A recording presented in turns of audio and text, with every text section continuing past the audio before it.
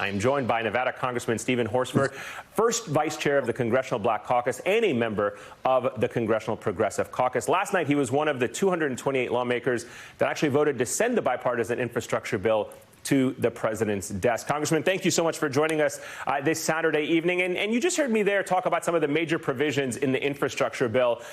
From your perspective, why is the legislation so significant for the nation at this time? Well, thank you for having me on. The Congressional Black Caucus, as you know, played an integral role at a critical moment to make sure we were able to reach an agreement and to bring both the bipartisan infrastructure bill, the jobs bill, as I call it, and Build Back Better to the floor for a vote so that it can move forward. And we delivered. That's what Democrats do. We deliver for the American people. I'm proud that this bill will provide millions of good-paying union jobs. It's going to make historic investments in our climate crisis to address environmental injustice that has plagued our country, historic investments in public transit, as well as making sure that more Americans have access to the internet, which is really a critical quality of life issue for the 21st century. Yeah, and we have what was in that bipartisan infrastructure bill there on our screen for our viewers to see. This passed back in August, and I want to talk to you a little bit about this. It took 3 months for the House to approve it. Much of the delay came from progressives who actually, to their credit, were holding out for the Build Back Better Act. This was not about BIF. They wanted to make sure, because they just wanted to trust that Senator Sinema and others were going to stick to their word and pass the BBB. The delay was costly, though, by some analysis, and we played that there in our wheel of excuses that we heard from others, not only in Virginia, but to citizens in states all over the country, quite frankly, who could have been reaping the benefits of these critical funds. Was it worth the delay, politically speaking, and especially since BBB has still not passed, and there are now going to be questions about whether it ever will? Well, I think those are important questions, but really what the American people, at least the ones I represent from Nevada's 4th District, are focused on is how we're going to move forward. Look, we're still in the middle of a public health crisis, a pandemic that has disproportionately affected communities of color and women. And the president and vice president wrote both the bipartisan infrastructure bill as well as the Build Back Better reconciliation bill.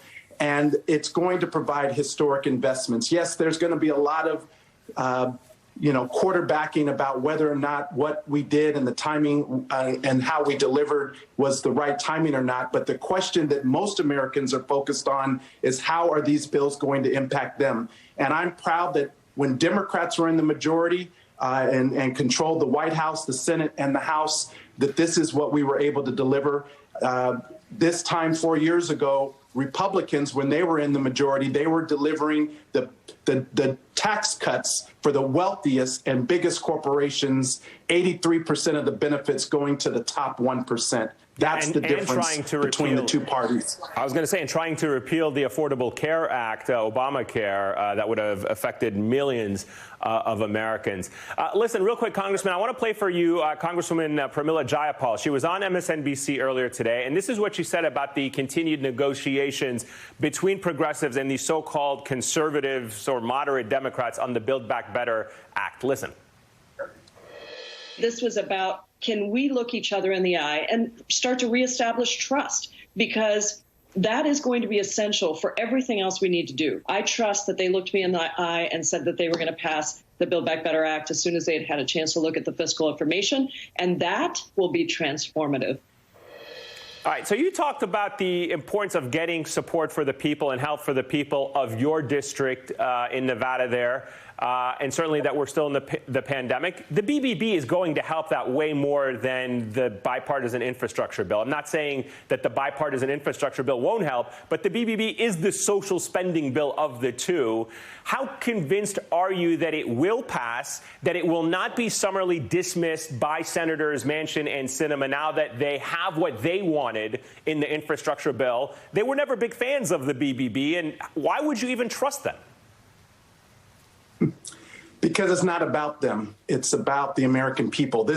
For far too long, the focus has been about the personalities in Washington, D.C., and not the people and the policy that's going to actually improve their lives. And so overwhelmingly, Americans support providing middle-class tax cuts for families with children. In my district, that's 92% of children that are receiving benefits from the child tax credit. They overwhelmingly support the paid leave and child care provisions. They overwhelmingly support lowering prescription drug costs for seniors and other consumers in healthcare, and going further on climate provisions, including the provisions that we sponsor to make sure that we are tackling the climate crisis.